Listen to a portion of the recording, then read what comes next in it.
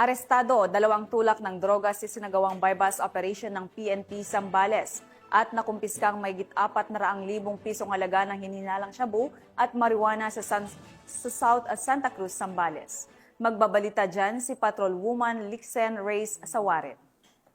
Suspek ang aresto ng mga tauhan ng Santa Cruz Municipal Police Station matapos ang matagumpay na anti-illegal drug operation na isinagawa sa Barangay Lucapon, South Santa Cruz, Zambales. Kinilala ni Police Colonel Benjamin P. Ariola, Acting Provincial Director ng Zambales Police Provincial Office, ang mga suspek na sina alias Ading, 28 anyos at residente ng Barangay San Lorenzo, Masinloc, at alias Albe, 32 anyos, residente ng Barangay Inhobol, Masinloc. Ayon sa ulat, isang PNP posture buyer ang nakabili ng isang sachet ng hininalang shabu mula sa mga sospek, dahilan upang agad silang arestuhin ng mga operatiba.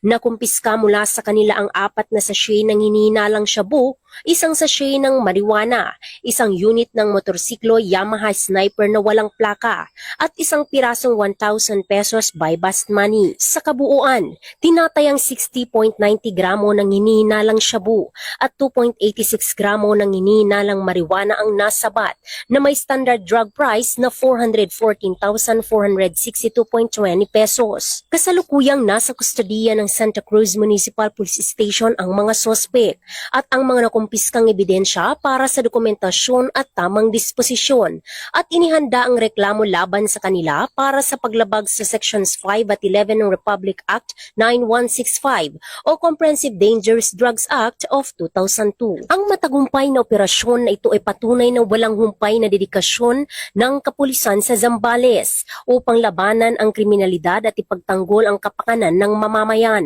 Muli nitong pinapakita na ang PNP ay nananatiling tapat sa kanilang tungkulin na panatilihing ligtas ang bawat komunidad at wakasan ang banta ng iligal na droga sa bansa. Mula dito sa gitnang Luzon, ako ang inyong PNN correspondent, Patrolwoman Lixen Reyes Sawaret, alagad ng batas, tagataguyod ng Balitang Pulis.